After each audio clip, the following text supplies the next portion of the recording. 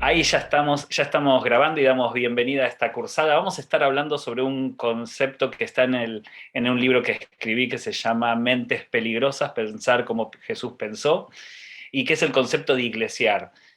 No tengo una manera específica de poder definir lo que significa iglesiar, pero vamos a ir viendo ideas que tienen que ver con el concepto para que después el Señor haga la obra en cada uno de nosotros, donde estemos, ¿no? Es decir, que el Señor siga haciendo la obra, porque yo creo que el iglesiar es un misterio de parte de Dios que no puede ser resumido en un concepto, ¿no? Si lo podríamos resumir en un concepto, vamos a decir que todos tendríamos que tener la misma manera de iglesiar, y yo creo que no, dependiendo del lugar donde estamos, de los dones que Dios nos ha dado, de la gente con que nos relacionamos, de la cultura de nuestros países o nuestras ciudades, tenemos distintas maneras de hacer iglesia, no existe una sola, ¿no?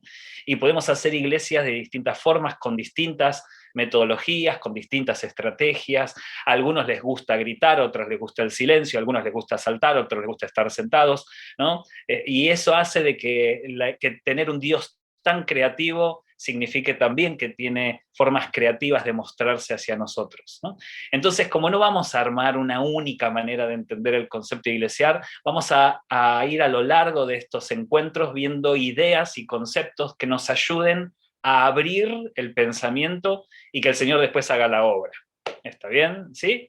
Y yo creo que vamos a ser desafiados a pensar de manera distinta. Vamos a ir, sin darnos cuenta, vamos a ir redefiniendo algunos conceptos, sin crítica, es decir, porque yo siempre digo de que solo los que amamos la iglesia podemos hablar acerca de la iglesia, ¿no? Si no amamos la iglesia, toda crítica daña, lastima, pero los que amamos la iglesia, cuando hay algo que queremos renovar o queremos verlo de otra forma, es para el provecho del cuerpo, es para bendición, ¿no?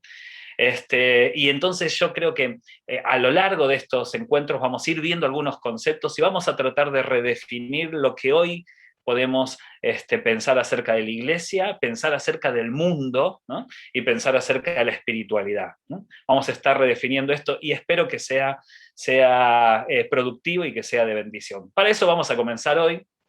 Creo que la metodología que tenemos es que vamos a cerrar los micrófonos. Somos muchos, es una lástima porque me hubiese encantado escucharlos, pero si damos espacio a las conversaciones, cosa que yo amo, ¿no? Saben que la iglesia que yo pastoreo es core, core significa en inglés núcleo, y el núcleo para nosotros es Jesús y la amistad. Y tenemos un formato diferente, por eso digo de que hay muchas maneras de hacer iglesia. El formato que tenemos nosotros, por ejemplo, no hay uno que predica, sino que toda la congregación predica. Hay uno que organiza el tema, que armó el tema, pero abre al debate. ¿Por qué hacemos esto? Primero porque nos dimos cuenta que Jesús hacía esto. Jesús predicaba y la gente opinaba de las prédicas. Entonces nos pareció muy lindo que si el mismísimo maestro nos permitió que podamos hablar y podamos preguntar y hasta no estar de acuerdo. Saben que en una oportunidad le discutieron a Jesús su prédica. Dice que los judíos que habían creído en él, es decir, eran judíos, cuando la Biblia habla del judío, es una persona devota de la ley, es decir, alguien que tenía ideas acerca de las leyes judaicas, y dicen que habían creído en él. Es decir, Jesús no estaba hablando con un grupo haciendo evangelismo, sino que estaba hablando con un grupo discipulándolo, instruyéndolos, ¿no? Entonces los judíos que habían creído en él le discuten a Jesús la prédica. Jesús dice que el que guarda sus mandamientos será verdadero discípulo, y conocerán la verdad y la verdad los hará libres. Todos conocemos ese texto, ¿no? Dice que los judíos que habían creído en él, es decir, ya judíos que se habían convertido y seguían a Jesús, les dice, ¿por qué decís que tenemos que ser liberados si nosotros nunca hemos sido esclavos de nadie? ¿Mm? Imagínense, yo creo que se llevaron historia a marzo estos, porque el pueblo de Israel pasó más tiempo en esclavitud que en libertad. De hecho, en ese mismo momento estaban siendo oprimidos por el imperio romano, ¿no? Y así todo le discuten a Jesús. Y Jesús permitía ese tipo de preguntas. Vamos a encontrar un montón de preguntas. Hasta los discípulos, después de que Jesús predicaba, iban a Jesús y le decían, Señor, qué linda prédica. Ahora no entendimos nada. No nos explica porque la verdad que no entendimos, ¿no? Es decir, fíjense cómo había un diálogo. ¿Saben por qué? Porque no hay mejor cosa para el aprendizaje que el diálogo, ¿no? Hay un filósofo ruso que a mí me gusta mucho, que se llama Vygotsky. Vygotsky decía que el saber estaba en la comunidad, que cuando uno uno dirigía el saber hacia los demás y los demás se quedaban en silencio, estaba violentando el aprendizaje. Pero cuando uno permitía que la comunidad opine, discuta, agregue cosas, modifique, y el que hablaba también era parte de esa comunidad, ahí había una comunidad de aprendizaje. Yo creo que Vygotsky, sin saberlo, no se dio cuenta que esto es una verdad bíblica, que el Espíritu de Dios está sobre el cuerpo, está sobre la iglesia y nos instruye. Gloria a Dios por los maestros, gloria a Dios por los predicadores, pero vamos a ser vygotsquianos. Vamos a dejar abierto a que todos podamos opinar. Así que si usted quiere y puede escribirlo en el costado, en el chat, yo voy a estar leyendo algunos de ellos, y no va a haber espacio para todos, pero si hay preguntas específicas podemos ir comentándolas, ¿no? Hoy quiero traerles un análisis. Yo soy psicoanalista de profesión, ya sé que muchos dirán, ¿cómo puede ser que seas pastor y psicoanalista? Es lo mismo que me pregunto yo, ¿cómo puede haber cristianos hincha de Racing? ¿No? Así que hay muchas preguntas que todavía no tengo respuesta. Lo que sí sé es que ya van a ser 15, 16 años de que atiendo adolescentes en el consultorio, hace casi 20 que estudié psicología y me dediqué a la adolescencia. Y gloria a Dios porque nos dimos cuenta que hay muchas profesiones que se las hemos entregado al mundo, y siempre dije yo, ¿cómo puede ser que haya profesiones que tienen que ver con el dolor, con el duelo, con la ansiedad, con la angustia, con los traumas, se las hayamos dejado al mundo, ateos, agnósticos, ¿no? Y en lugar de ahí tiene que haber un cristiano, donde hay dolor tiene que haber un cristiano con una palabra de esperanza y con una profesión que nos ayude a pasar las circunstancias de dolor, ¿no? Así que gloria a Dios por todos los cristianos que se meten en ese tipo de profesiones. Lo otro que voy a decir, esto como introducción, ya después no lo pienso repetir, es que cuando hay algunas personas que dicen, ¿cómo puede ser que estén hablando tanto de psicología y no de Biblia? ¿No? Saben que esto es un error teológico, ¿no? ¿Saben por qué? Porque nosotros somos creación de Dios. Por consiguiente, al ser creación de Dios, todo nuestro funcionamiento fue creado por Dios. No hay nada creado por el hombre. Nosotros, cómo funciona nuestra mente, cómo funciona nuestra construcción social, cómo funciona la cultura, todo fue organizado por Dios que sea de esta manera. Por consiguiente, cuando nosotros hablamos acerca del funcionamiento de nuestra mente, no estamos hablando de psicología, no estamos hablando de psiquiatría, no estamos hablando de psicopedagogía, estamos hablando de teología, porque fue Dios el que nos creó con este funcionamiento. Lo que hicieron las ciencias sociales es ponerle nombre a lo que Dios creó. Por consiguiente, no se les puede adjudicar la creación del funcionamiento de la mente a nadie más que a Dios. Salvo que alguno haya descendido del mono, esté entre nosotros y esté convencido de eso, vamos a decir, ok, puede ser. Pero creo que todos los que estamos acá somos creación de Dios y sabemos de que todo nuestro funcionamiento fue hecho, tejido minuciosamente por Dios. Un milagro, ¿no saben lo que es? Cuando uno se pone a investigar el funcionamiento de la mente, es realmente una obra maestra que solo Dios podía habérsele ocurrido, ¿no?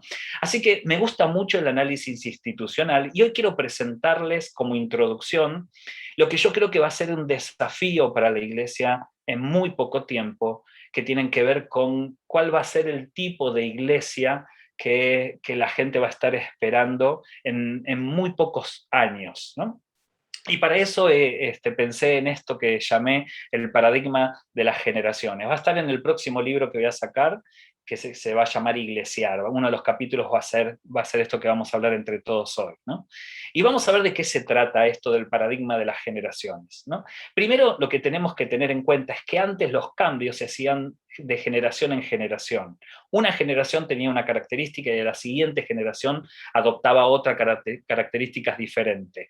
Con el paso del tiempo y con la modificación de lo que se llama temporalidad, ¿qué es la temporalidad? Es cómo nosotros vivenciamos el paso del tiempo, ¿no? ¿Vieron que cuando estamos felices el tiempo pasa volando?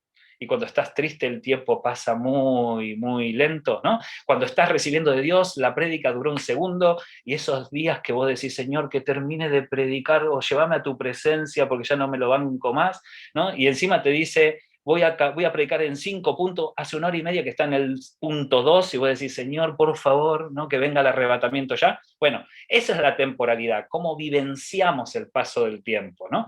Debido a distintos factores, por ejemplo, uno de ellos es la tecnología La temporalidad ahora se vive mucho más rápida y los periodos de modificaciones o cambios duran menos tiempo. Antes, una moda podía durar una década. Entonces uno dice, ah, sí, mirá, como la década del 80, la ropa de la década del 80. Y desde el 81 hasta el 89 era como la misma música, había una misma onda, un mismo peinado. Hoy las modas duran a veces semanas. Es decir, es raro que algo dure mucho tiempo, ¿no? Un tema musical, antes para que se implemente y sea famoso, tardaba años, hoy tarda minutos, ¿no? Una persona para hacerse conocida podía estar toda su vida y quizás no lo lograba. Hoy, con solo un hecho fortuito que se viraliza, sos famoso. Pero así como subís, bajás, ¿no? Todo dura muy poco, ¿no? Entonces esto tiene que ver con la temporalidad, cómo nosotros estamos vivenciando el paso del tiempo, ¿no? Por consiguiente, los cambios que la Iglesia ha hecho a lo largo de la historia fueron muy lentos. Ahora, los cambios que la Iglesia tiene que hacer para poder captar las nuevas generaciones, las que vienen por delante, van a tener que ser muy rápidos, ¿no? Y muchos de los cambios que nos va a costar mucho hacer son cambios que quizás van a durar muy poco tiempo, ¿no? Yo, en un par de capacitaciones que hablamos sobre nuevas generaciones, es un tema que me apasiona, yo les decía que si nos volvemos a encontrar el año que viene, quizás todo lo que dije lo voy a cambiar, ¿no? Porque en un año pueden pasar muchísimas cosas a las cuales estoy totalmente convencido de que la última capacitación, por ejemplo, que hice en Panamá con S25, el ministerio del doctor Lucas Leis, que hablé sobre adolescencia, ahora, 2 años después, porque de medio estuvo la pandemia, ya tengo que cambiar todo lo que dije, ¿no? Entonces no resisto un archivo, realmente. Y esto es porque el mundo está en constante cambio. Ahora, claro, ustedes me van a decir, Adrián, la palabra de Dios no cambia. Es verdad, la palabra de Dios tiene una característica esencial y es que no puede ser roída, no puede ser limada, la palabra de Dios permanece intacta, no hay cultura que pueda modificarla. Pero yo no me estoy refiriendo a la palabra de Dios, lo que produce, lo que tiene que ser modificado, sino a las estrategias que nosotros debemos implementar para poner en práctica nuestra misión. Es decir, no estoy hablando del contenido de la Biblia, porque eso no es inmodificable, estoy hablando de las formas que nosotros debemos tener para poder comunicarnos con la gente, ¿no? Hoy, por ejemplo, estamos en un Zoom, saben que hace, no sé, 3 años solamente atrás hubiese sido pecado esto del Zoom, ¿no? No me digas, no me digas que la gente del CEM va a utilizar Wi-Fi y las redes sociales y Zoom para hacer un estudio bíblico. ¡Qué mundanos! Hubiésemos dicho, ¿no? Y hoy estamos dando gloria a Dios por el Zoom. ¿Cuántos dicen amén? ¿No? Gloria a Dios por estas cosas que son instrumentos que se han normalizado en nosotros. Y quizás mañana no hablamos más de Zoom y aparece otro espíritu demoníaco, no sé, ¿no? Es decir, así que imagínense que vamos a estar a lo largo de todo este tiempo viendo todo tipo de modificaciones, ¿no? Muy bien. Dicho esto como introducción, vamos a meternos en el tema, ¿sí?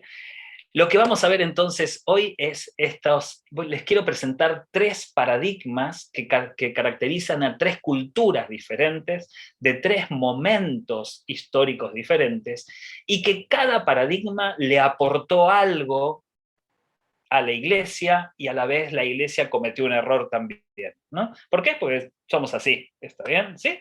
¿No?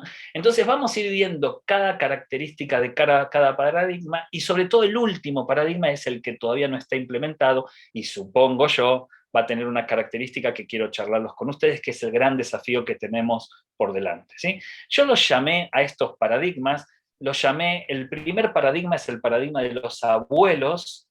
El segundo paradigma lo llamé el paradigma de los padres, y el tercero lo llamé el paradigma de los hijos. Así que vamos a estar viendo una iglesia fundada por abuelos, una iglesia fundada por padres y una iglesia que van a fundar nuestros hijos. ¿Está bien? ¿Sí? Vamos a comenzar por la primera. Esta iglesia fundada por los abuelos, ¿no? Quiero hablar de la iglesia. Saben que nuestro continente, América Latina, no tiene iglesias, salvo las históricas, que algunas de ellas sobrepasan los 100 años, ¿no?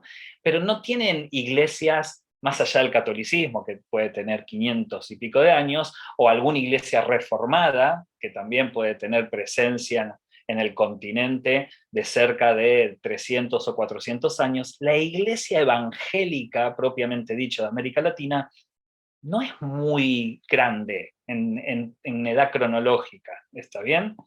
Los movimientos que se dieron son movimientos que pueden llegar de 200 años para acá, y el auge muy fuerte de todo el movimiento de crecimiento de la iglesia evangélica, casi les diría que nos llega a 50, 60 años en el continente, ¿no? Es decir, esto significa que nosotros podemos ser testigos de conocer a los próceres que han hecho un trabajo enorme en el continente para llevar el evangelio, ¿no? Por ejemplo, vamos a solamente como una unidad de medida. Las mega iglesias, conocidas como mega iglesia, iglesias que sobrepasan las 20.000, 30.000 o 40.000 personas, ¿sí? Las grandes iglesias en el continente, algunas de ellas no llegan ni a los 20 años. Algunas tienen 30 años, ¿no? Algunas tienen 40 lo sumo, pero todavía nosotros podemos ser testigos de quiénes fueron los pastores fundadores. ¿Está bien? ¿Sí? Se animan ahí en el chat a tirar algunos nombres que se te vienen a la mente de pastores fundadores de mega iglesia que están entre nosotros, y nos vamos a dar cuenta que, por favor háganlo y yo los voy a ir leyendo en el chat, ¿está bien? ¿Sí? Y se van a dar cuenta que estos pastores rondan más o menos algunos entre 50, 60, 70 años. ¿Está bien? ¿Sí? Claudio Freyson yo creo que debe andar por los 50, no lo sé, pero que me imagino, muy bien. Hilson, muy bien, con Brian Houston, ¿sí? Visión de futuro, ya está en la presencia del Señor, su fundador, pero el hijo, Omar Cabrera Jr. Dante Gebel, es muy, muy contemporáneo a su pastorado, muy bien, ¿sí? ¿Alguien más? Hay muchísimas, ¿no? En el continente. Lakewood, en los Estados Unidos, muy bien, ¿sí? Es con Joel Osteen, ¿no? Joel Osteen me imagino también debe estar casi con los 50, la verdad que no sé, ¿no? Pero más o menos, fíjense que el rango de pastores que estamos mencionando de las mega iglesias tienen que ver Betel, ok, podemos hablar mucho más, Cash Luna en Guatemala, Barriger en Perú, hay muchas, ¿no? Hay muchas de todo tipo, ¿está bien? Tenemos aún las más conservadoras, con MacArthur, Piper, ¿no? Y todos ellos, fíjense que son iglesias que en su gran mayoría yo creo que los pastores rondan entre 50 y 70 años, ¿está bien? ¿Sí? Si pensamos en nuestras denominaciones, la denominación bautista, la denominación de las asambleas de Dios, de la unión de las asambleas de Dios, no yéndonos a las más históricas, como metodistas, presbiterianos, anglicanos, luteranos, que esas sí pueden llegar a tener más de 200 años. Si pensamos en las otras denominaciones, la presencia de las iglesias en América Latina es muy cercana. Nosotros podemos haber conocido o haber estudiado con alguno de los históricos, ¿está bien?, de nuestras denominaciones. Esto es lo que yo llamo la iglesia de los abuelos. Ahora, esta iglesia, fundada hace 40, 50, 60, 70 años, ¿no?, tenía una característica muy diferente a la iglesia de ahora, ¿no? No sé si hay entre nosotros cristianos que son cristianos de hace 30 o 40 años atrás, que nos puedan contar cómo era la iglesia en aquel momento, ¿no? Olvídense, lo que te va a contar no tiene absolutamente nada que ver con la iglesia hoy en día, ¿no? De hecho, la iglesia que tenemos hoy tiene una característica muy diferente a esta iglesia fundada por los abuelos. ¿Por qué? Porque el mundo era distinto. La iglesia era distinta, el mundo era distinto, la cultura era distinta. ¿Existe alguien entre nosotros que haya, aún siendo niñito, niñita, chiquitito, que haya ido a alguna iglesia muy diferente a la iglesia que se conoce hoy? ¿Y cuál era la característica? Yo, si no les digo, yo casi nací en la iglesia bautista, ¿no? Así que yo fui bautista, después fui pentecostal, ¿no? Decía, ahora soy independiente, pero es como que agarré agua, fuego, hacemos vapor, ¿no? Esa es la característica de mi ministerio. Pero ¿existe alguien que nos pueda contar? ¿Alguien que se anime? No vamos a sacar cuentas de la edad, así que quédense tranquilos, pero si alguien se anima, cuando la iglesia, si no empiezo yo, ¿no?, cuando se cantaban solo himnos, no había instrumentos más allá que un órgano, a lo sumo se agregaba un pandero, ¿no? Está bien que a lo sumo había algún corito de avivamiento, se decía, pero todo lo que era rock era visto como satánico, como mundano, ¿no? Los cultos eran solo los domingos a la mañana, bien temprano, ¿no? Está bien, la iglesia era muy solemne. se leía Reina Valera solamente, ¿no? En algunos casos Reina Valera 1909. Es decir, imagínense que la traducción era no de un castellano antiguo, sino recontra antiguo, ¿no? De 2 siglos para atrás más o menos, ¿no? Está bien, así que era una iglesia con características muy diferentes a las que nos encontramos hoy. Acá había himnarios de gloria, himnarios de Sion, y himnos y cánticos selectos del Evangelio. ¿Está bien? ¿Sí? Dice, yo soy de la iglesia del Nazareno, casi no ha cambiado mucho al día de hoy. Bueno, sí, bueno, eso es lo que vamos a ver. Los bancos eran, uy, sí, yo creo que Satanás hacía los bancos para que uno esté incómodo y no prestar atención bien en la prédica, ¿no? Yo tuve oportunidad de predicar en algunas iglesias de las modernas de ahora, y vos te sentás en los bancos y es como que sentís la paz del Señor, más que la paz son tan cómodos que te dan ganas de quedarte dormido, ¿viste? Porque es una comodidad, vos te sentás así, y el aire acondicionado. Antes, hermano, para ser cristiano tenías que transpirar en verano y morirte de frío en invierno. Era llevar la cruz del Evangelio, ¿no? Y es más, tenías un brazo grueso y un brazo finito de llevar la Biblia Thompson debajo porque cuanto más grande la Biblia, eras más cristiano, ¿no? ¿Está bien? ¿Sí? En el barrio cantaban por la calle, ¿se acuerdan los trataditos? No sé si alguien en algún momento, ¿no? Hizo esto. La vestimenta, acá me tiran también la vestimenta, vos a la legua te dabas cuenta, el hermano que nunca en su vida, si seguía vestido así, iba a conocer a una chica, ¿no? Es decir, era bien evangélico el hermano, era una especie de, ¿no? La corbata, la mantilla en la cabeza, muchas de las asambleas de Dios o de los hermanos libres usaban las mujeres con mantillas, ¿sí? Pura pollera usada y larga, muy bien, ¿no? Bueno, acá ya calentaron motores y empezaron a tirar un montón de características. Esta es la iglesia que, claro, hoy nosotros, nada de pintura. Saben que en algunas iglesias, yo he ido a algunas iglesias en donde las mujeres no se podían depilar ni ponerse desodorante.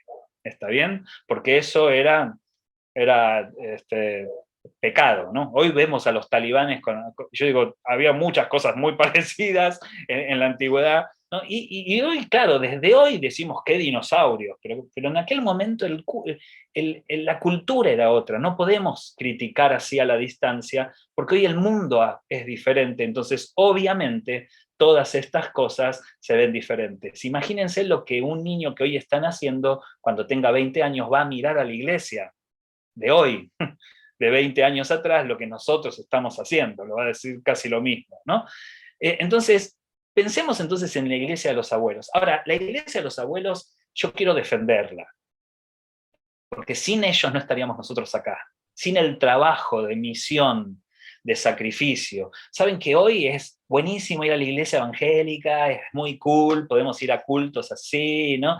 Etcétera, etcétera. Antes ser evangélico era mal visto, era como, estabas entre los testigos de Jehová, los mormones y los evangélicos, iban cabeza a cabeza a ver quién era más extraño y raro. Hoy es raro no encontrarse con evangélicos y hasta escuchamos Dios te bendiga en la televisión, muchos artistas, muchos cantantes han profesado su fe, pero antes era muy extraño ser evangélico. El catolicismo era muy fuerte en América Latina y el evangélico era un bicho raro, era algo extraño. ¿Está bien? ¿Sí? Entonces, estos hombres y mujeres que han fundado iglesias, que han llevado iglesias a los lugares más recónditos, misioneros, misioneras, claro, hoy los vemos como qué conservadores, qué tradicionales, qué legalistas y todas esas cosas. En aquel momento era realmente el obrar de Dios, ¿no? Lo que pasa es que era una cultura totalmente diferente a la de ahora y la vemos nosotros a la distancia.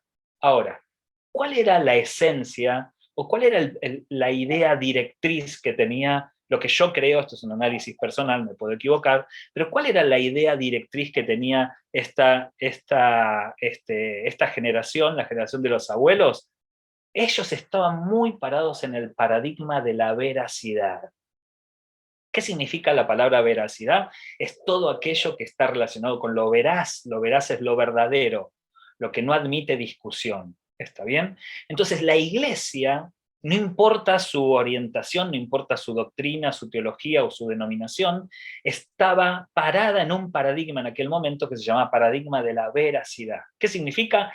Cada denominación decía que ellos eran los correctos y los demás eran los incorrectos. ¿Está bien? Entonces, se utilizaba una frase que ahora muy poco se la escucha, a ver algunos si la han escuchado alguna vez, el paradigma de la veracidad instaló una frase que era: acá se predica la sana doctrina. ¿Está bien? ¿Sí? Tenés que ir a una iglesia donde se predique la sana doctrina. Acá nosotros predicamos la sana doctrina. Entonces los bautistas decían: nosotros somos los veraces, los verdaderos. Nosotros predicamos la sana doctrina. No somos como los pentecostales que gritan y hacen cosas así con sus emociones, ¿no? Y qué sé yo, ¿no? Los pentecostales por el otro lado decían: no, nosotros somos los veraces. Nosotros sí predicamos la sana doctrina, porque nosotros tenemos el Espíritu Santo. No somos como los bautistas que son fríos, ¿no? Que son conservadores, que no dejan obrar al Espíritu. Entonces se tiraban de uno a otro, se iban peleando. No existía la unidad. Cada denominación tenía su congreso. Cada congreso de su denominación tenía su propio predicador, ¿no? Si vos ibas a un congreso de los hermanos libres, los predicadores eran hermanos libres. Y vos leías libros de hermanos libres y cantabas canciones que eran de hermanos libres. Si vos ibas a un congreso nazareno, seguramente los oradores eran solo nazarenos. Era imposible que vos veas a un luterano que salía fumando su pipa después del culto, predicar en un congreso, no sé, de la Alianza Cristiana y Misionera. No, no, no, porque la Alianza tenía sus propios predicadores, tenían sus propios institutos bíblicos también, ¿no? Si vos eras bautista, estudiabas en el seminario bautista. Si vos eras de la Unión de las Asambleas de Dios, estudiabas en el Río de la Plata. Y así cada. ¿Por qué? Porque cada denominación era como un mundo totalmente diferente a los demás. Y lo que se pregonaba es: nosotros tenemos la sana doctrina, nosotros estamos en la veracidad. ¿Existen iglesias así todavía? Por supuesto, todavía existen iglesias que están todavía sostenidas en el paradigma de la veracidad. ¿Está bien? ¿Sí? No sé si hay alguna pregunta por acá, veo. No. Muy bien. Ahora, yo les dije que cada generación, cada paradigma traía algo bueno, pero también traía algo malo. La iglesia basada en la veracidad, lo bueno es que era una iglesia muy bíblica. Había mucha discusión teológica, ¿no? Yo me acuerdo cuando empecé a estudiar, yo estudié en el IVA, en el Instituto Bíblico Buenos Aires, y me acuerdo que lo primero que empezabas a discutir eran cuestiones teológicas. ¿Y vos qué sos? ¿Premilenialista? ¿Amilenialista? ¿Postmilenialista? ¿Qué sos vos? A ver, es decir, era muy importante saber qué eras. ¿Vos sos calvinista, arminiano? ¿Qué sos? A ver, uy, qué predicación calvinista, ¿no? Uy, cuidado con este que viene con pensamientos arminianos, ¿no? Y había toda una discusión basada en la veracidad. ¿Está bien? ¿Sí? Entonces, cuando algo te corrías un poquito de la tradición, de la denominación, ya era un caos.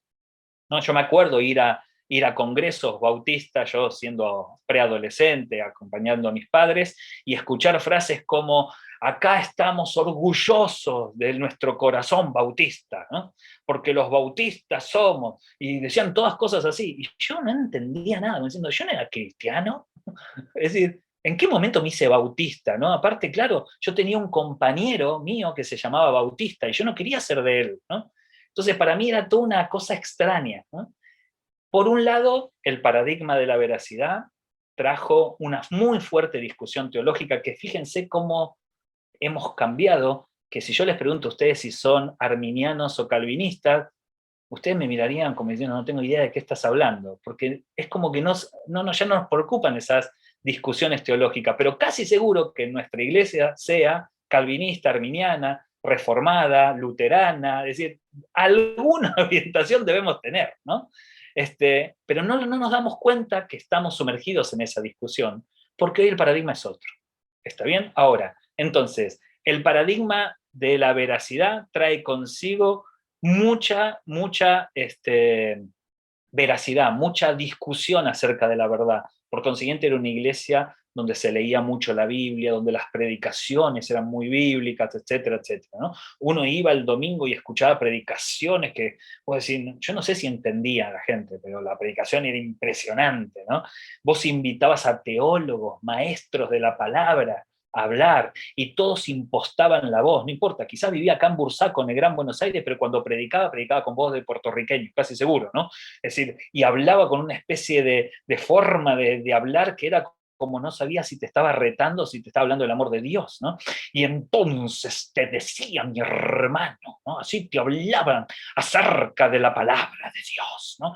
Y uno se quedaba como, no sé si es temor de Dios, pero este me da miedo a mí, ¿no? Es decir, esto era un tipo de iglesia, ¿sí? Ahora, lo bueno entonces es que había una búsqueda constante acerca de la verdad, había fuertes discusiones y había parámetros teológicos muy establecidos. Lo malo es que instaló este tipo de paradigma lo que yo llamo la justicia legal del reino. ¿Qué es la justicia legal del reino? Como yo creía que yo era el iluminado y la única iglesia verdadera era la mía, y la que estaba a la vuelta no, de hecho no tenía ni contacto con nadie, ¿no? Mi denominación era la verdadera y yo no leía libros de otros autores, empezamos a crear lo que se llamó el legalismo. Yo soy legal y los otros son ilegales. ¿Está bien? ¿Sí?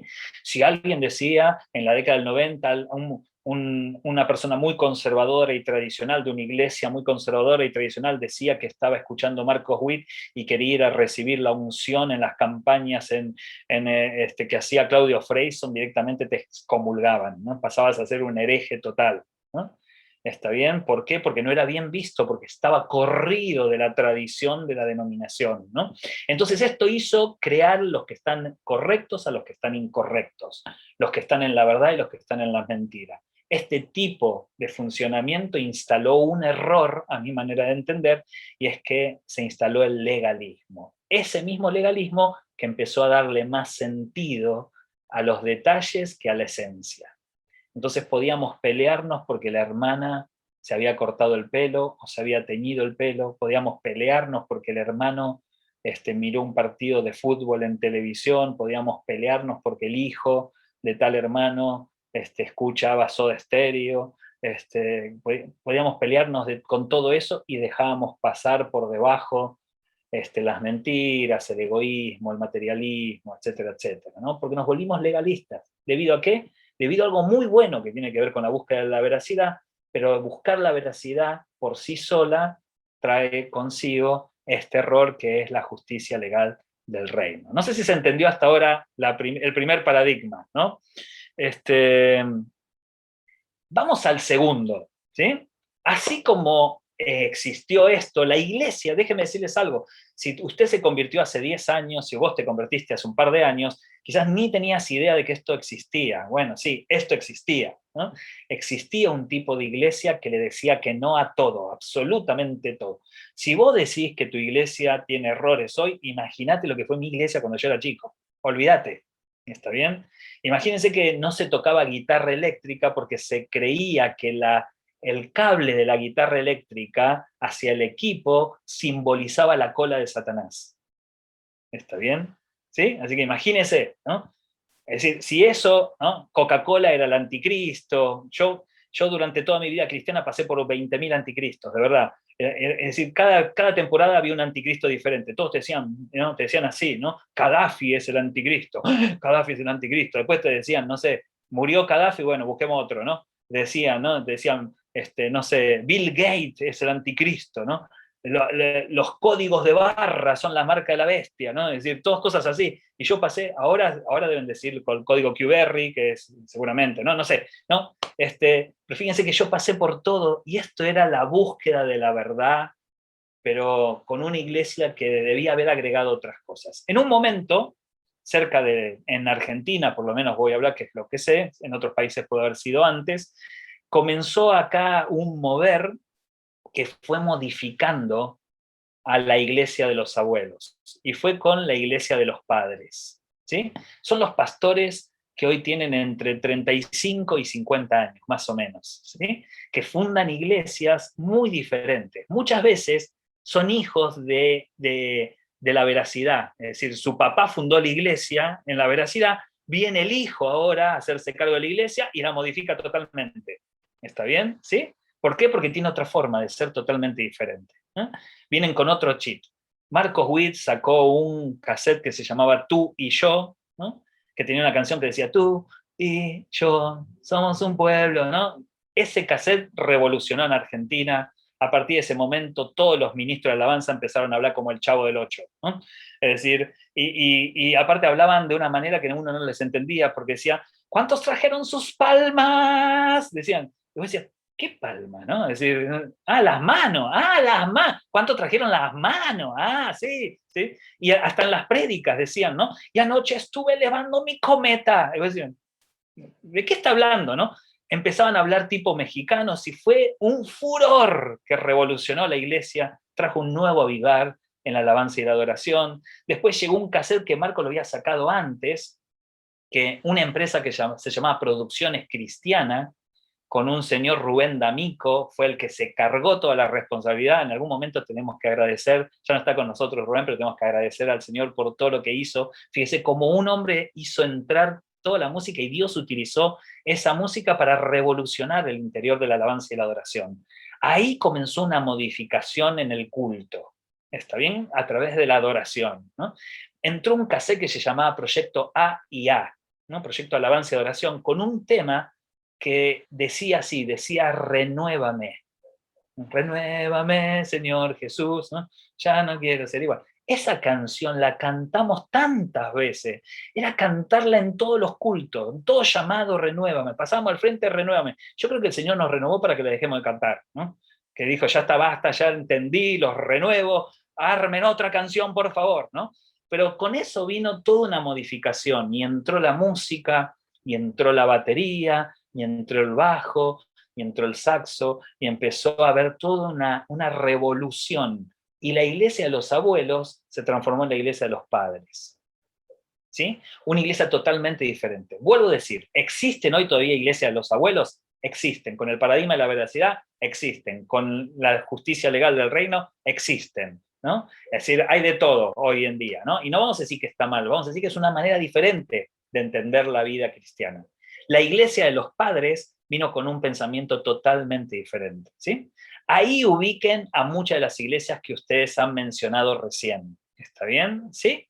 Ubiquen a las denominaciones fuertemente, ¿sí? ¿Está bien? ¿Sí? En la iglesia de los abuelos, pero cuando piensan en Lakewood, ya no es la iglesia que yo les mencionaba, donde la mujer no se podía depilar, o donde solo se cantaban himnos. Está más relacionado con la iglesia de los padres. Cuando piensan en Hillsong, es bien característico de la iglesia de los padres. Una iglesia que empezó a pensar posmodernamente, empezó a hablar diferente. Se empezaron a hablar de temas que la iglesia de los abuelos jamás hubiesen podido hablar. Por ejemplo, la iglesia de los padres es la que acepta la psicología. Entonces aparecen pastores psicólogos. Y hay cursos de consejería y coaching cristiano. Empezaron las prédicas, perdón, empezaron las prédicas, por ejemplo, y los libros que hablaban sobre tenés que cumplir tus sueños. ¿Está bien? Yo me imagino a un pastor de la iglesia de los abuelos que discute si somos calvinistas o arminianos, que la prédica del domingo es: el Señor puso un sueño que está germinando en tu corazón. Ven al atrio, abre tu frasco y deja escapar cual mariposas espirituales los sueños que Dios tiene en tu vida, ¿no? Yo me imagino la opinión que debe tener un pastor parado en la veracidad. Se imaginan ustedes también, ¿no? ¿Está bien? Pero todas estas prédicas, llamadas prédicas como motivacionales, empezaron a ser parte de la iglesia.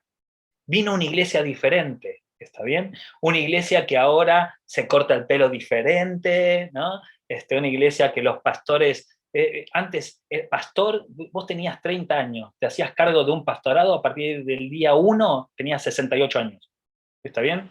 Es decir, todos decían, es pastor, ya era el papá pitufo, ¿viste? Es decir, hoy los pastores están más cool, más fashion, ¿no? Se visten de otra manera, porque la iglesia entendió que debía mostrarse al mundo de una manera diferente. Los cultos, fíjense que ahora hay luces de colores, máquinas de humo. Yo me acuerdo el primer concierto que hicimos nosotros con un grupo que se llamaba Heart to Heart, un grupo de heavy metal pesado, ¿no? De rock and roll hicimos cuando yo era adolescente en la iglesia bautista ahí de Banfield. No le dijimos nunca al pastor que era un grupo de rock, le dijimos que era un grupo que venía a cantar adoración, ¿no? Y pusimos una máquina de humo. a la mitad del culto vino el pastor y echó a todo el mundo. Porque una hermana lo llamó por teléfono y le dijo: pastor, los jóvenes trajeron el infierno a la iglesia, hasta humo del infierno está brotando del púlpito, ¿no? Nadie le había dicho que era una máquina, pero bueno, ¿saben por qué? Porque fuimos nosotros la bisagra entre la iglesia de los abuelos y la iglesia de los padres. Hoy podemos ir a iglesias donde vos te sentás y lo digo con respeto, no estoy haciendo una crítica, lo digo con respeto, es un show tipo Disney, ¿viste? Es decir, es increíble. Yo conozco iglesias que las fiestas de Navidad bajan ángeles volando del techo, no porque bajen ángeles, sino porque son armazones que contratan a empresas que hacen efectos especiales, ¿no? ¿Está bien?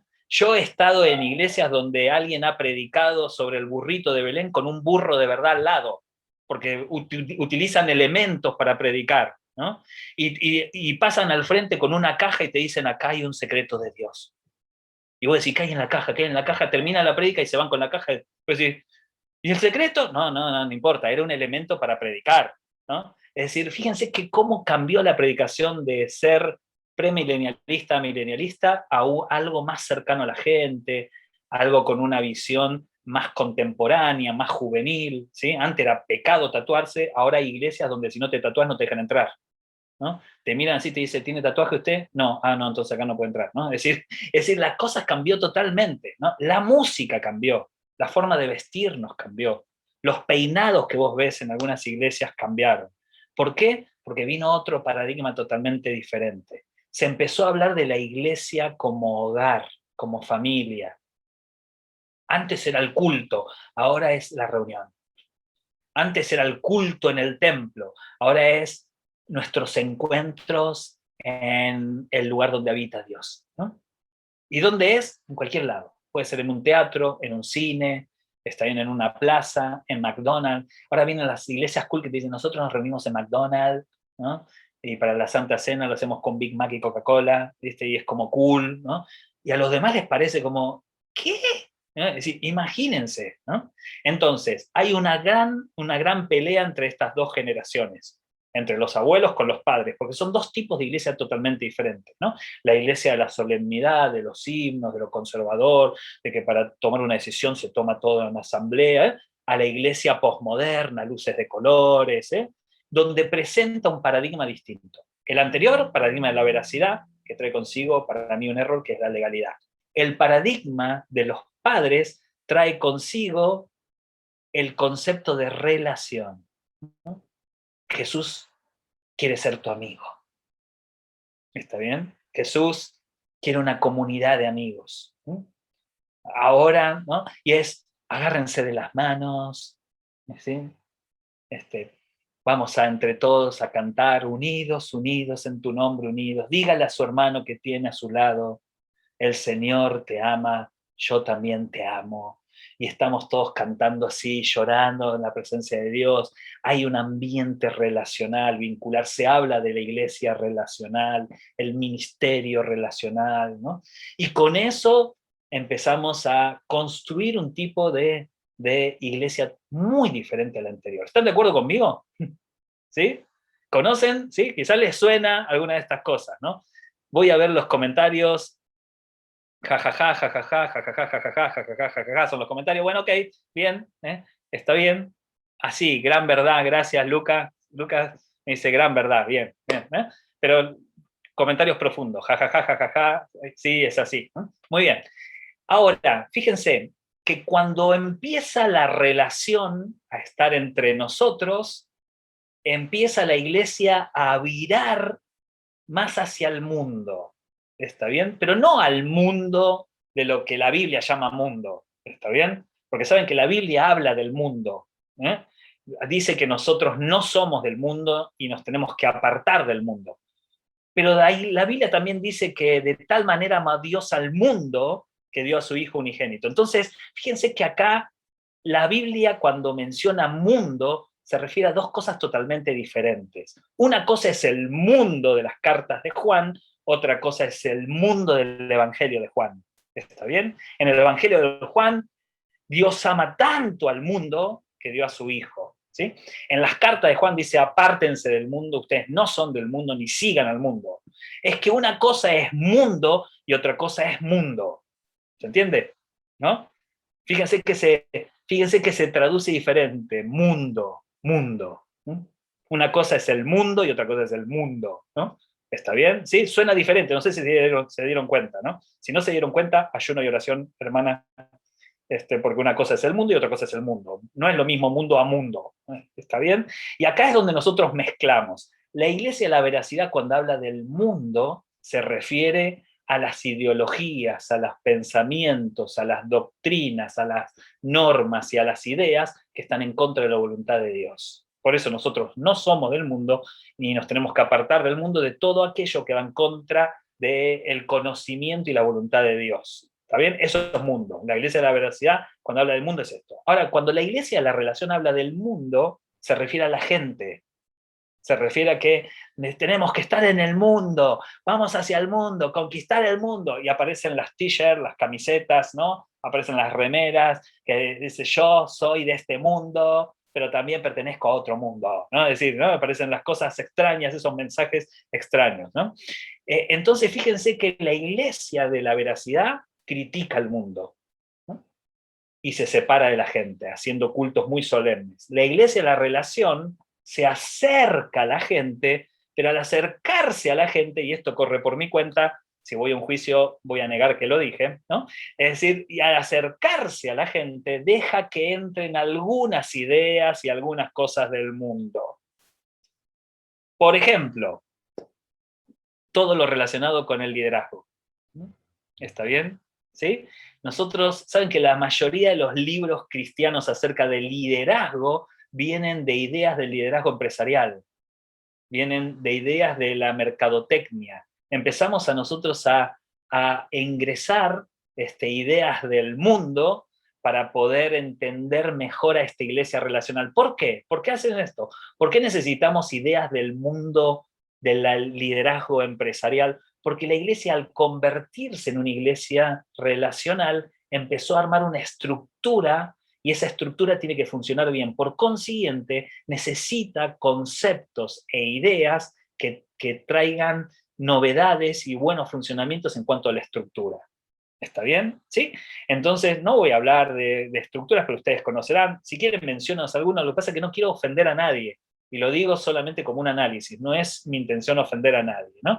Pero cuando nosotros fuimos testigos del movimiento G12, esto de agruparse en 12 para 12 para 12 para 12, le trajo un crecimiento enorme a la iglesia. Ahora, esto ya venía siendo aplicado en la mercadotecnia y en las estrategias de ventas con Amway, Avon y otras más, ¿está bien? Ya esa estructura ya estaba impuesta en el mundo de las ventas y se recicló, se reformuló y se reorganizó para el funcionamiento de la iglesia, para armar esa estructura de crecimiento, que le dio resultado para el libre crecimiento. Después podemos disentir si en otros aspectos no fueron buenos resultados, ¿no? Pero eso es otra charla que lo tendremos en otro momento, ¿no? Pero no sé si se entiende. Por ejemplo, conceptos del liderazgo actual en el mundo evangélico llevado a la iglesia, que es característica del mundo y no de la Biblia. Por ejemplo, ¿no? Si vos vas a ser un líder cristiano que tiene que armar un equipo, lo que te van a enseñar es que busques un equipo que todos tengan el mismo sentir, que todos piensen de la misma manera, ¿no? Que sean personas afines. ¿Por qué? Porque se piensa en lo que se llama grupos operativos. Esto es característica de la psicología social o de la psicología de trabajo en grupos, ¿está bien? ¿Sí? Del liderazgo relacionado al trabajo en equipo o en grupos, ¿no?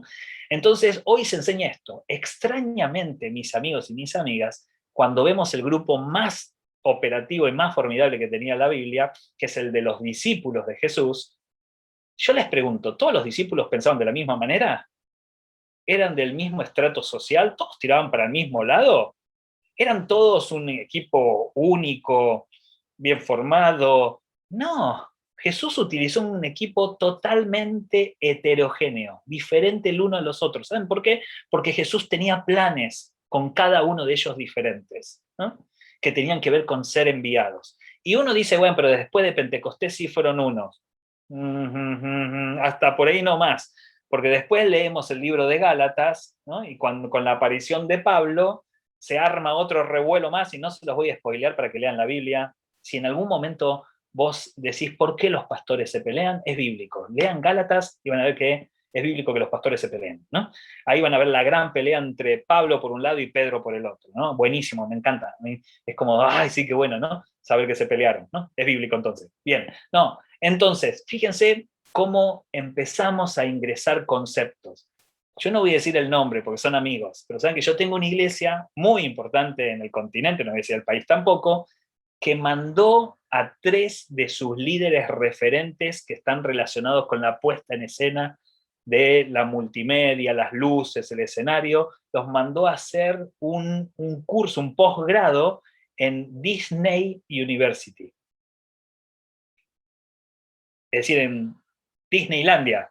Es decir, un grupo de líderes de una iglesia fue a hacer un posgrado en Disney para entender bien de qué manera se puede impactar a través de la escenografía, de las luces, el sonido. ¿Está mal eso? No, no está. Para mí no está mal. ¿Está bien? Imagínense a alguien del paradigma de la veracidad. Diciendo, ¿a dónde lo enviaste? A Disney, a la cuna del anticristo, lo más demoníaco que hay. Vos no sabés que Satanás es una rata como Mickey Mouse. ¿No? Es decir, ¿cómo le explicás a alguien del paradigma de la relación que está pensando cómo hacer mejor la acústica del templo y cómo hacer mejor que las luces hagan una atmósfera, que en la adoración bajás las luces y en la alabanza pones luces robóticas, ¿no? ¿Cómo le explicás que eso es de Dios? Imposible, porque están en otro paradigma, en otra manera de entendimiento. Pero la iglesia de la relación implementó estas cosas. Y vuelvo a decir, lo voy a decir con mucho cariño porque los amo, pero hay iglesias que ponen carteles muy para en el paradigma de la relación, que ponen carteles de vení tal cual sos. ¿Está bien? Sí, en la puerta. Entonces la gente dice, ah, qué bueno, puedo venir tal cual soy. Abajo tendríamos que poner, te va a durar poco. Es decir, no vamos a permitir que dure mucho con tal cual sos, pero vení tal cual sos. Entrar, podés entrar, vení tal cual sos. No sabemos si salís tal cual sos, eso es otra historia, pero esa clase de carteles responde a una iglesia relacional. ¿Se entiende? ¿Sí? Las iglesias que dicen nosotros aceptamos a todos, ¿está bien? Hasta ahí, ¿no? Pero aceptamos a todos, responde a la iglesia relacional. ¿Está bien? Jamás la iglesia de la veracidad hubiese puesto un cartel vení tal cual sos. Te hubiese dicho, acá, para estar en la iglesia, tenés que tener lino fino resplandeciente, ¿no? Y esperar las bodas del Cordero. Porque el Señor viene pronto, arrepentite, pecador inmundo, cochino. ¿Está bien? ¿Sí? ¿No? Ahora, la iglesia de la relación casi no habla de estas cosas, porque es una iglesia que tiene un objetivo que de llegar a la gente. ¿Está bien? ¿Se entiende? ¿No? Ahora, yo les dije que todas las paradigmas tienen algo bueno, pero también tienen algo que es discutible. El paradigma de la veracidad, para mí, lo mejor que tuvo es todo el fundar iglesias hasta lo último de la tierra, el llevar la verdad de la Biblia, estudiar bien teológicamente. El problema es que instaló la legalidad. La iglesia de la relación, para mí, lo mejor que tuvo es que se acercó a la gente ahora dice, ya no piensa en el evangélico aburrido, ¿no?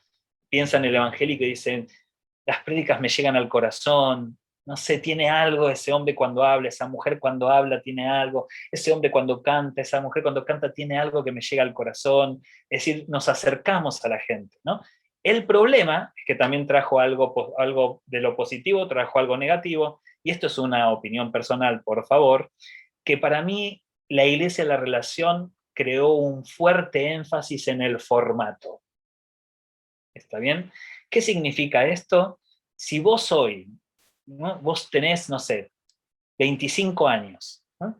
Y vas a salir de tu iglesia y vas a fundar una iglesia, casi seguro que vos digas, necesitamos músicos, plataforma, luces de colores, un buen sonido, un lugar muy bueno, que esté muy bueno. Vamos a empezar con poner calcos, stickers, ¿no?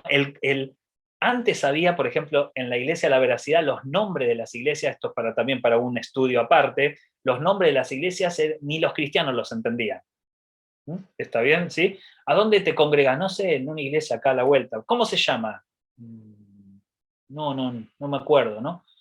Porque el nombre era tan rebuscado, era la Peña de Oreb, ¿viste?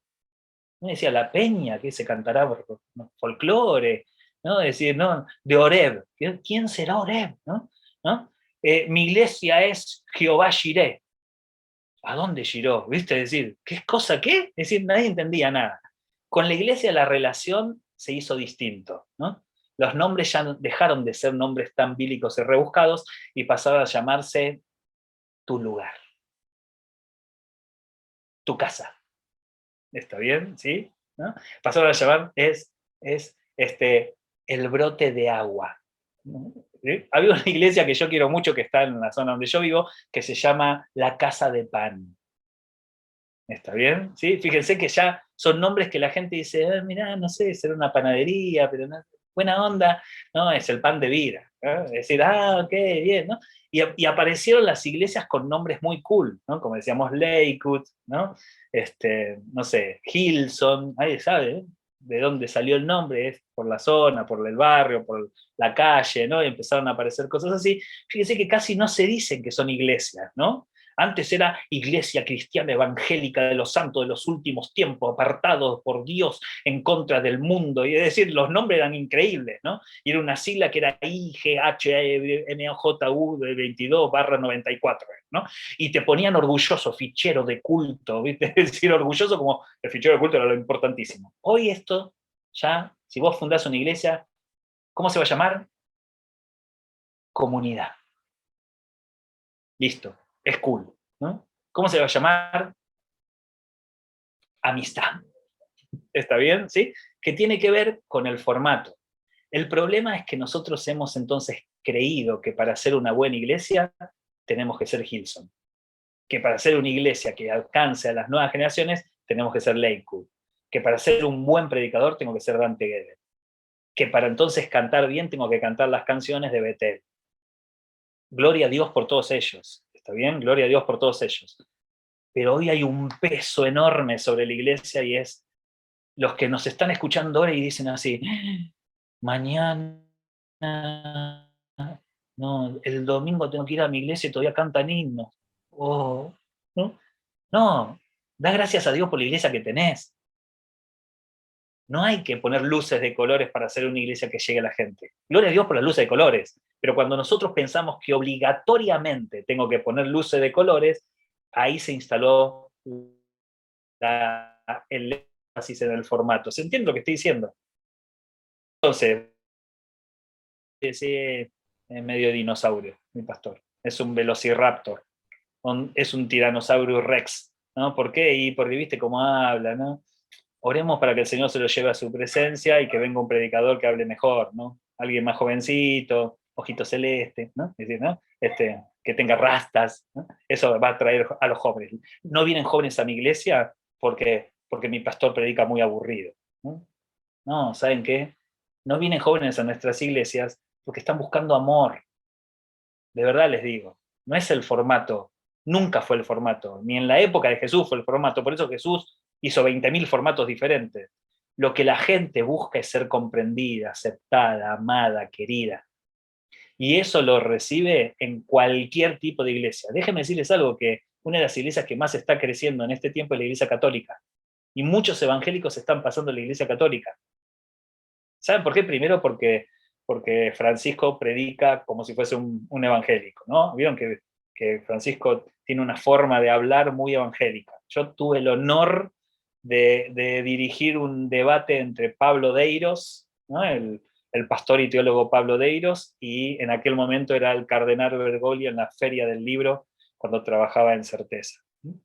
También tuve un honor, fue un lujo escucharlos a los dos, ¿no? Pero a esto voy, ¿no? Fíjense cómo algo nos hizo entrar en la cabeza que para ser una iglesia efectiva tiene que ser una iglesia que crezca.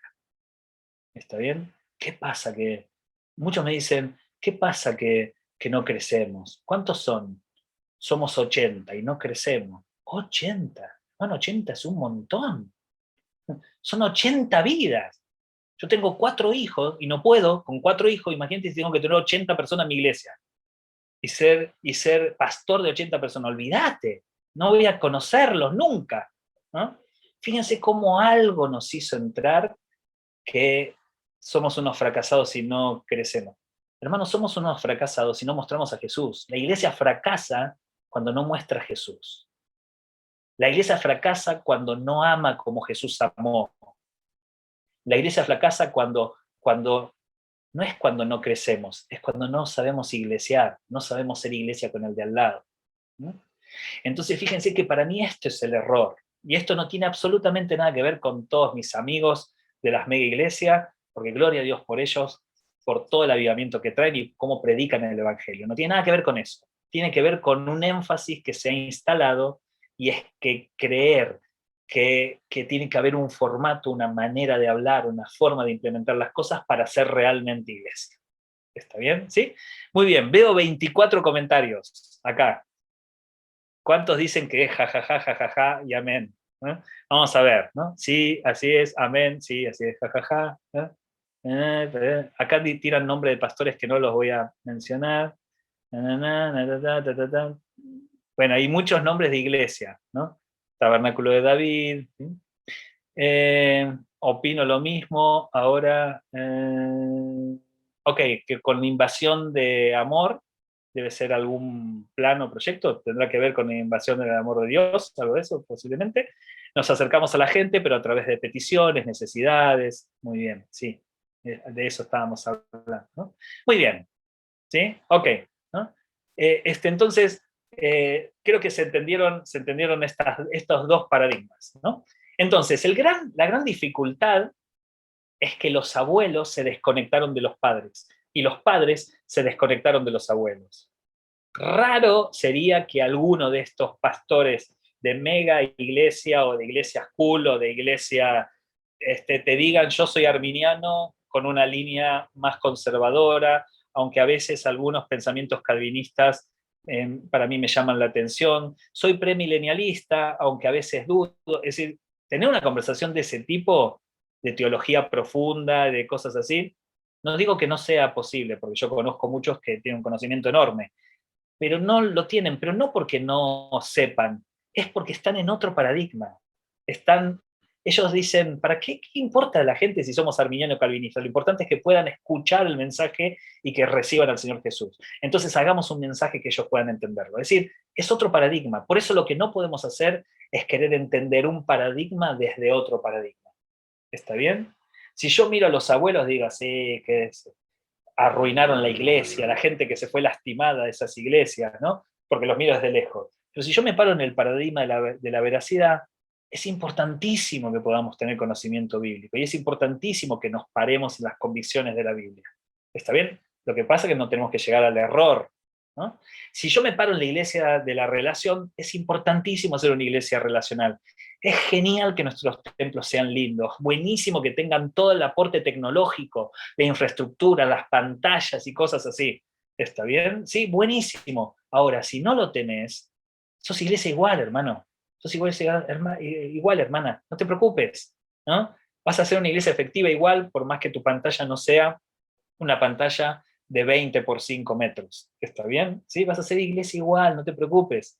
La predicación, la palabra de Dios vuelve siempre, cometiendo lo que Dios quiera cometer en la vida de quien sea. ¿Está bien? Ahora, dejemos estos dos grupos porque quiero ir al tercero para terminar, y después no sé si tenemos tiempo, no sé si les parece bien, creo que tenemos tiempo, no tenemos tiempo. Entonces lo voy a dejar para la próxima, ver algo de Biblia, algo de la Biblia con respecto a este análisis, ¿no? El último grupo es el grupo de los hijos, y siempre me preguntan por qué pongo una cucaracha, porque son raros, son extraños. Esta iglesia todavía no existe, por consiguiente no vamos a ver las características de esta iglesia, pero yo supongo, y esto es un análisis, una especulación personal, ¿sí? Como psicólogo le digo, es una especulación personal. Como pastor digo, el Señor me lo mostró. ¿Está bien? ¿Sí? Así que depende de dónde me ubique. Pero es mi opinión, que está sujeta a análisis y sujeta a discusión. Yo creo que los hijos no van a tener absolutamente nada que ver. Es quien tienen hoy 3, 4, 5 años, estoy hablando.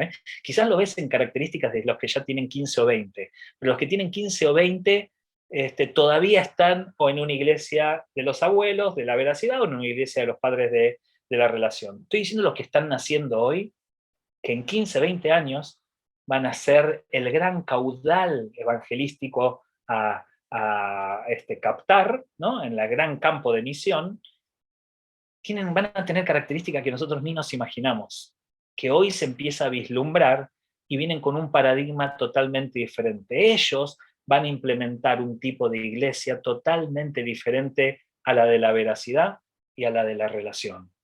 ¿Saben por qué? Porque ya se está formando esta cultura y se viene muy fuerte. La iglesia de la veracidad estaba muy cimentada en los valores teológicos, pero se alejó de la gente. La iglesia de la relación dejó un poco de lado los valores teológicos y se acercó mucho a la gente. Por consiguiente, la iglesia que viene es una iglesia muy impregnada de la cultura.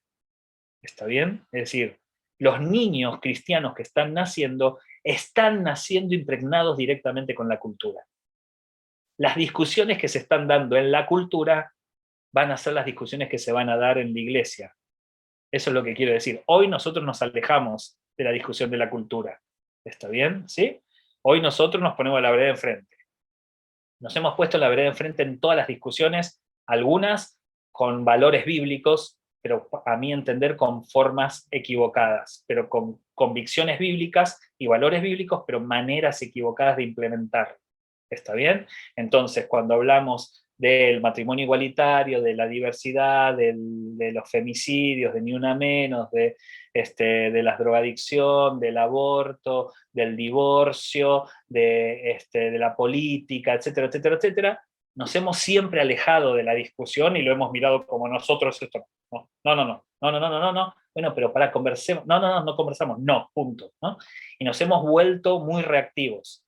Vuelvo a repetir, en algunos casos era exacto la reacción porque la Biblia no ampara estas discusiones. ¿Está bien? ¿Sí? Pero la forma en que lo hicimos para mí es lo equivocado. El problema es que esta iglesia que viene es una iglesia que no va a estar alejado de estos temas. Los van a vivir ellos. ¿Está bien? Miren, voy a decirlo muy abruptamente, pero creo que nos vamos a tener que enfrentar a que la iglesia de la veracidad, una mujer que nacía en el Evangelio, era hija de pastores, ministra de la alabanza, maestra, etcétera, etcétera, que haya abortado era algo muy, muy extraño.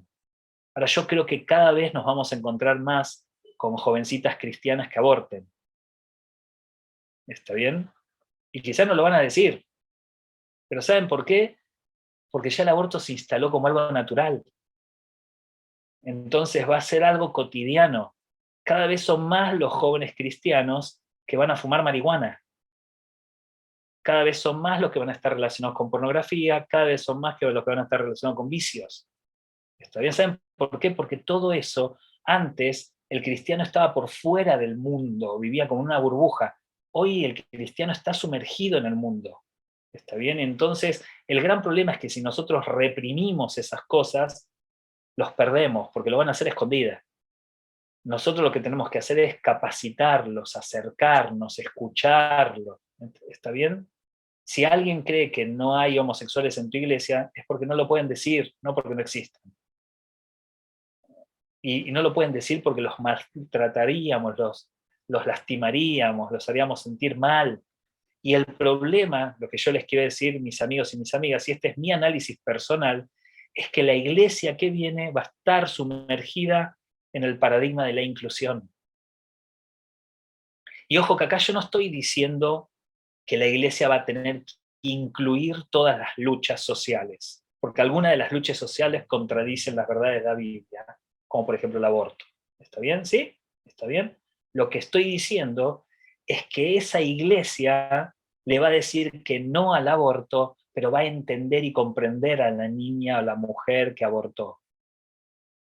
Va a decirle que no a muchas de las reacciones de las organizaciones feministas, como del LGTBI, pero va a abrazar al homosexual, a la lesbiana, va a abrazar, va a estar de acuerdo con que hay luchas del feminismo, que realmente nosotros tenemos que hacer una autocrítica en la iglesia. Porque realmente les digo que nosotros tenemos muchas conductas homofóbicas, tenemos muchas conductas autoritarias, muchas conductas machistas. Debemos hacer una autocrítica real. ¿Saben por qué? Porque Jesús jamás fue homofóbico, jamás fue machista, ni jamás hubiese dejado de lado a alguien. De hecho, los que eran la bandera de todo lo que se hacía mal eran los samaritanos, y Jesús los puso siempre como ejemplo. Así que imagínense, ¿está bien? Entonces, cuando hablo de la inclusión, no me refiero a que vamos a aceptar al LGTBI, porque para mí no debemos aceptar al LGTBI. Para mí el LGTBI es un brazo que defiende de una manera que choca, es decir, de la misma manera que para mí la iglesia defiende de manera equivocada, yo siento que el LGTBI defiende de manera equivocada. Lo que pasa es que yo no los puedo criticar porque no soy parte del LGTBI ni tampoco de la problemática. ¿Está bien? Así que los miro con compasión. Pero la iglesia no tiene por qué aceptar la institución del LGTBI. Lo que sí debe hacer es abrir los brazos a todos aquellos que tengan una identidad sexual diferente a la que nosotros procesamos o profesamos. No podemos dejarlos afuera, no podemos maltratarlos. No somos nadie ni tenemos la autoridad de Dios para mandar al infierno a nadie. Al contrario, ¿no? A mí cuando me dicen, ¿por qué tenés homosexuales en Corby? ¿Dónde crees que estén? Aparte, yo tengo homosexuales, tengo hincha de Boca, tengo hincha de River, tengo un montón de gente extraña en mi iglesia, ¿eh? Es decir, no solamente homosexuales, ¿no? Y a mí a veces me preguntan, ¿y cómo trabajas con los homosexuales? No, yo no tengo una manera diferente de trabajar con homosexuales. No es que digo, prediqué, bueno, ahora los últimos 5 minutos les voy a hablar a los homosexuales. No, no hay una forma diferente. Son hermanos, hermanas, amigos, amigas. ¿Está bien? Que tienen debilidades como las tengo yo, que tienen cosas para resolver como personas como las tengo yo para resolver mis cosas como persona. ¿Está bien? El paradigma de la inclusión es un paradigma que va a dejar de discutir sobre las cosas estas y va a poner un fuerte énfasis en la transformación de la persona. ¿Está bien? En el acompañamiento de la persona. ¿Sí? Va a hacer un fuerte énfasis sobre la incluir, ¿no? Es decir, déjeme decirles algo, si vos hoy tenés un hijo de 5 o 6 años, casi seguro que el día de mañana tengo un amigo que sea pansexual, ¿está bien? O que sea no binario, porque este es el mundo que empieza a mostrarse honestamente. Entonces, todo lo que antes estaba escondido ahora se puede mostrar. Entonces, casi seguro que tu hijo tenga, y casi seguro que se le dé mucha bronca si lleva a su amigo, amiga o lo que sea, ¿está bien? ¿Sí? O por ejemplo, a una persona no binaria, lo lleva a la iglesia y que de la iglesia lo terminen lastimando. Le va a dar una bronca que no va a querer volver a la iglesia. Pero no porque esté bien o esté mal, no hace ese juicio de valor, porque nadie puede atacar a otra persona en la iglesia. No sé si se entiende, porque no quiero dejar la sensación de que entonces la iglesia ya alejada de la veracidad y cercana a la inclusión, entonces viva la pepa. No. Lo que estoy diciendo es que no le vamos a cerrar las puertas a alguien que piense diferente. ¿Está bien? Que viva diferente, que actúe diferente. Porque cada vez el mundo va a ser más diferente y la iglesia no está llamada a crear homogeneidad, está llamada a predicar el evangelio al diferente. Lo que pasa es que en la época de la Biblia se hablaba de la viuda, del huérfano y del extranjero. Es decir, la viuda era el equivalente a todos aquellos que perdieron algo importante en su vida y la tristeza y el dolor, es decir, a las personas doloridas, ¿no? Al huérfano era el equivalente a todos los abandonados y abandonadas que estaban desprovistos de algo. Y el extranjero era el que venía con otra cultura, era el diferente. ¿Se entiende? El que no era judío y por consiguiente era peligroso, venía con cosas raras, pero fuimos llamados a estos tres grupos, ¿no? Es una prédica, así que se la regalo, ¿no? Para que prediquen sobre lo que significa la viuda, ¿no? Que es el que perdió, la que perdió y está en dolor, lo que significa él y la abandonada, que es el que está solo, desprovisto, sin nadie alrededor, gente que es abandonada por la sociedad, que es abandonada porque viven en escasez, en pobreza, ¿sí? Y el extranjero era el peligroso porque era el diferente. Entonces, esto es lo que creo que se viene por delante. Y claro, también creo yo, porque esto es un pensamiento personal, que este paradigma va a también traer un error, y es que va a tener fragilidad de los límites. acá sí me vuelvo más conservador. No todo la iglesia tiene que aceptarlo. No toda la iglesia tiene que decir que sí, ¿no? Tiene que abrir los brazos, pero eso no significa que se va a volver débiles en sus límites, en lo permitido y lo no permitido. ¿Está bien? Porque Jesús fue un líder sumamente inclusivo, ¿no? Fue Dios mismo en la tierra y cuando ya se hizo humano ya entró en la inclusión, ¿no? Porque ya aceptó un cuerpo al cual no le pertenecía, porque él era Dios, ¿no? Y se humilló a sí mismo haciendo forma de hombre. Así que ya ahí arranca la inclusión. Y fue inclusivo en todos los aspectos, con las mujeres, con los pecadores, con los extranjeros con ideas extrañas, hasta tuvo un grupo sumamente inclusivo, pero tenía bien en claro las reglas del reino, que no son las reglas nuestras, ¿eh? Son las reglas del reino, que están amparadas por el amor, no por la legalidad. ¿Está bien? Que son las reglas del Sermón del Monte, que son las reglas de poner la otra mejilla, caminar la milla extra, perdonar, llevar las cargas los unos a los otros. ¿Está bien? ¿Sí? Muy bien. Hasta acá llegamos hoy, ¿no? Yo les dije que se iban a enojar, ¿eh? Así que no me vengan con que no se los dije, ¿eh? ¿Está bien? Y saben que lo que estamos hablando acá es examinarlo todo y retener lo bueno. ¿Está bien? ¿Sí? Y cuando yo les dije que hay una manera de hacer iglesia por cuantas iglesias existan, es que quizás todo lo que hoy escuchaste no te sirva para nada. Y vos digas, che, ¿qué tal estuvo la clase? No, cero, como dicen, ¿no? Cero, no me sirvió para nada. ¿Por qué? Porque el Señor a mí me está llevando por otros lugares. O quizás diga, me dejó pensando esto.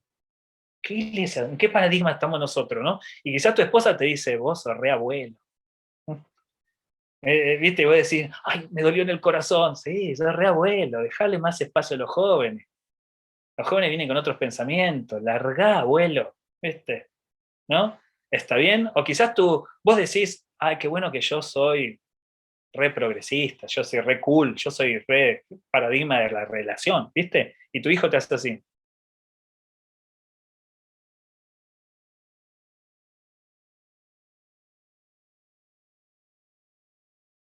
¿Está bien? ¿Sí? Entonces esto que nos haga, que sea un despertar del pensamiento. ¿Está bien? ¿Qué significa? Que esto nos anime a poder tener elementos para discutir y para analizar las cosas, no para adoctrinarnos. La doctrina es de la Biblia, ¿está bien? Pero este curso cada encuentro vamos a tener algo para llevarnos que nos haga pensar, reflexionar y tomar decisiones después. ¿Está bien? Fue un honor estar con ustedes, espero que la hayan pasado bien y nos vemos el viernes que viene.